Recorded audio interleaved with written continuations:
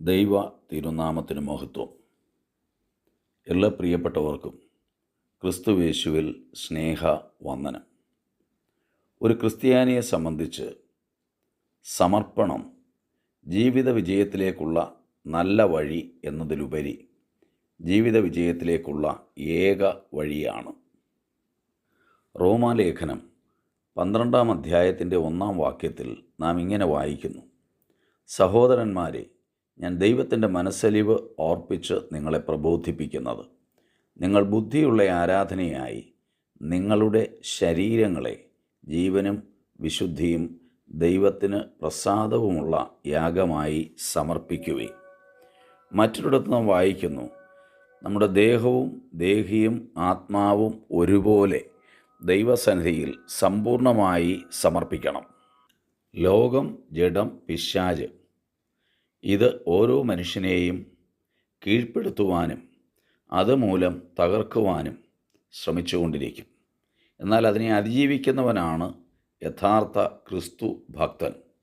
അതുകൊണ്ടാണ് ദൈവവചനം പറയുന്നത്, നിങ്ങളെ സമ്പൂർണമായി ക്രിസ്തുവിന് സമർപ്പിക്കണം എന്ന്.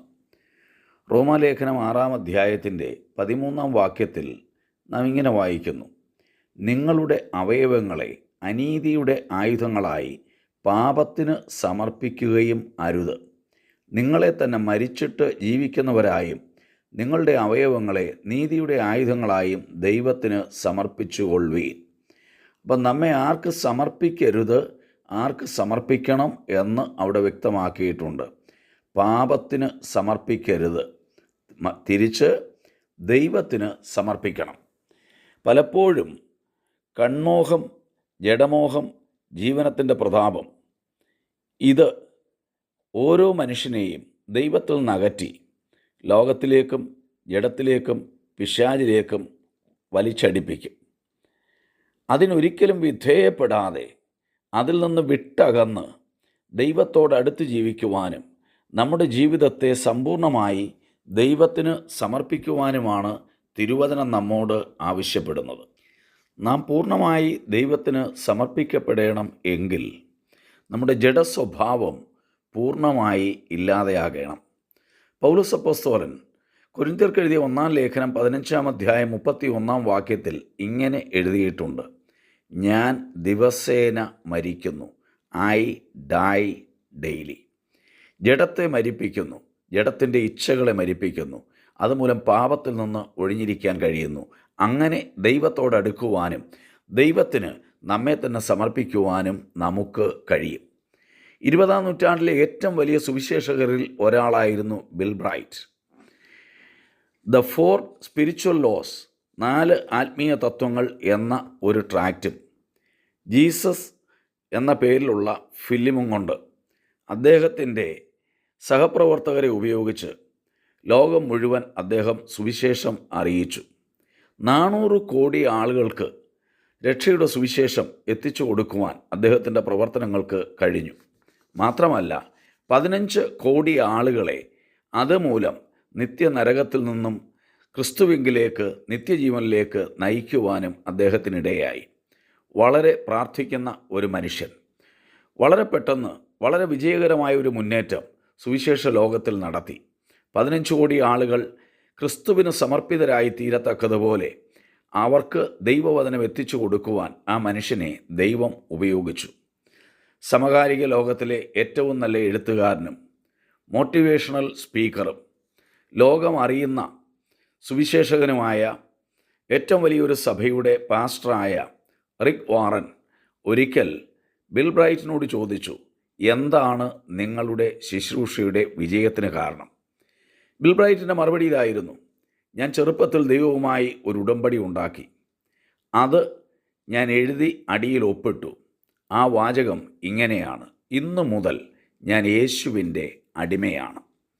യേശുവിൻ്റെ അടിമയായി എന്ന് ബിൽ ബ്രൈറ്റ് സ്വയം ക്രിസ്തുവിന് വേണ്ടി സമർപ്പിച്ച് അതൊരു പേപ്പറിൽ എഴുതി ഒപ്പിട്ട് ദൈവവുമായുള്ള ഉടമ്പടി ഉണ്ടാക്കിയെടുത്തു. അന്നു മുതൽ ദൈവം തൻ്റെ ശുശ്രൂഷയിൽ ബിൽ ബ്രൈറ്റിനെ ഉപയോഗിക്കുവാൻ തുടങ്ങി. അദ്ദേഹത്തിൻ്റെ കഴിവോ അദ്ദേഹത്തിൻ്റെ വിദ്യാഭ്യാസമോ അല്ലെങ്കിൽ അദ്ദേഹത്തിൻ്റെ പ്രത്യേകമായ ഏതെങ്കിലും ഗുണങ്ങളോ കൊണ്ട് അല്ല, ദൈവം ഒരു മനുഷ്യനെ സമ്പൂർണ്ണമായി സമർപ്പിക്കുന്ന ഒരു മനുഷ്യനെ ഏത് നിലയിൽ ഉയർത്തുമെന്നും ഉപയോഗിക്കുമെന്നും ലോകം ഇതുവരെ കണ്ടിട്ടില്ല. അതിൻ്റെ ഒരു നല്ല ഉദാഹരണമാണ് ബിൽ ബ്രൈറ്റ്. ദൈവം അതിശക്തമായി ഉപയോഗിച്ച ഒരു മനുഷ്യൻ. സ്നേഹിതരെ, ഞാൻ നിങ്ങളോട് ചോദിക്കട്ടെ, നമ്മുടെ ജീവിതം സമ്പൂർണ്ണമായി ക്രിസ്തുവിന് സമർപ്പിക്കുവാൻ കഴിയുന്നെങ്കിൽ നമ്മുടെ ജീവിതത്തിൽ വിജയമുണ്ടാകും. നമുക്ക് മാത്രമല്ല, അനേകരുടെ ജീവിത വിജയത്തിന് അത് ഒരു കാരണമായി തീരും. അനേകരെ ദൈവസന്നിധിയിലേക്ക് കൊണ്ടെത്തിക്കുവാൻ അത് മുഖാന്തരമായി തീരും. ലൂക്കോസിൻ്റെ സുവിശേഷം 5-ാം അധ്യായത്തിൻ്റെ 5-ാം വാക്യത്തിൽ നാം കാണുന്ന ഒരു കാര്യമുണ്ട്.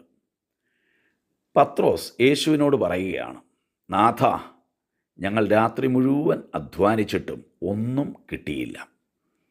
ഒരു രാത്രി മുഴുവൻ ഗലീലക്കടലിൽ മീൻ പിടിക്കാൻ കഠിനാധ്വാനം ചെയ്ത പത്രോസും കൂട്ടരും ഒന്നും നേടാനാകാതെ ഇരിക്കുമ്പോൾ യേശു അടുക്കൽ വന്നിട്ട് പറഞ്ഞു, ആഴത്തിൽ നീക്കി മീൻപിടുത്തത്തിന് വല ഇറക്കുവീൻ. അപ്പോൾ പത്രോസ് പറഞ്ഞ മറുപടിയാണ് ഞാൻ പറഞ്ഞത്. നാഥ, ഞങ്ങൾ രാത്രി മുഴുവൻ അധ്വാനിച്ചിട്ടും ഒന്നും കിട്ടിയില്ല. അടുത്ത വാചകം വളരെ ശ്രദ്ധേയമാണ്. എങ്കിലും നിൻ്റെ വാക്കിന് ഞാൻ വലയിറക്കാം. എങ്കിലും നിൻ്റെ വാക്കിന് ഞാൻ വലയിറക്കാം. വളരെ പരിചിതമായ ഒരു കടലിൽ ഒരു രാത്രി മുഴുവൻ അധ്വാനിച്ചു. പ്രിയ സ്നേഹിതരെ, ലോകം ഒരു സമുദ്രത്തിനു തുല്യമാണെന്ന് തിരുവചനം നമ്മെ പഠിപ്പിക്കുന്നു. ജീവിതത്തിൻ്റെ ഇരുളടഞ്ഞ രാത്രികളുണ്ട്, അന്ധകാരനിബിഡമായ ജീവിത സാഹചര്യങ്ങളുണ്ട്. പക്ഷേ ആ സമയത്ത് നാം കഠിനാധ്വാനം ചെയ്തുകൊണ്ടിരിക്കും.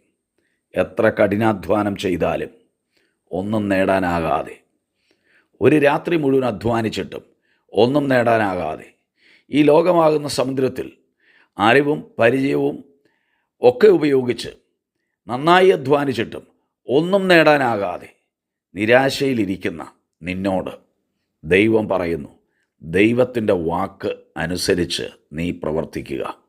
പത്രോസ് യേശുവിൻ്റെ വാക്ക് അനുസരിച്ച് വലയിറക്കിയപ്പോൾ അന്ന് വരെ കണ്ടിട്ടില്ലാത്ത ഏറ്റവും വലിയ പെരുത്ത മീൻകൂട്ടം.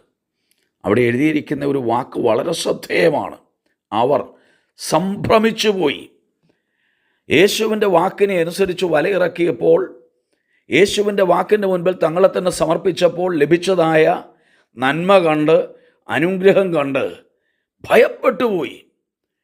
തങ്ങൾക്ക് തന്നെ ഭയം തോന്നുന്ന തരത്തിൽ വലിയൊരു അനുഗ്രഹം നേടുവാൻ ആ സമയത്ത് അവർക്ക് കഴിഞ്ഞെങ്കിൽ, എന്നെ കേൾക്കുന്ന പ്രിയ സ്നേഹിതരെ, ദൈവസന്നിധിയിൽ നിങ്ങളെ സമർപ്പിക്കുക.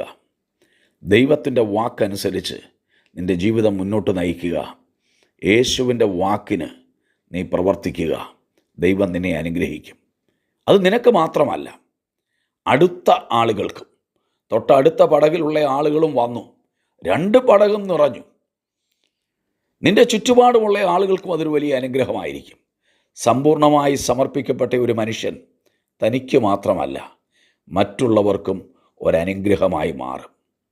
ബിൽ ബ്രൈറ്റ് ക്രിസ്തുവിൻ്റെ അടിമയായി തന്നെ ഏൽപ്പിച്ചു കൊടുത്തപ്പോൾ ബിൽ ബ്രൈറ്റിന് മാത്രമല്ല 15 കോടി ആളുകൾക്ക് ദൈവത്തോടടുക്കുവാനും നിത്യരാജ്യത്തിൻ്റെ അവകാശികളാകുവാനും അതുമൂലം മുഖാന്തരമായി എങ്കിൽ, പ്രിയ സ്നേഹിതരെ, നമ്മുടെ ജീവിതം ദൈവത്തോട് അടുപ്പമുള്ളതും പോരാ, ദൈവസന്നിധിയിൽ സമ്പൂർണ്ണമായി സമർപ്പിക്കപ്പെട്ടതും ദൈവത്തെ പൂർണ്ണമായി അനുസരിക്കുന്നതും ആകട്ടെ.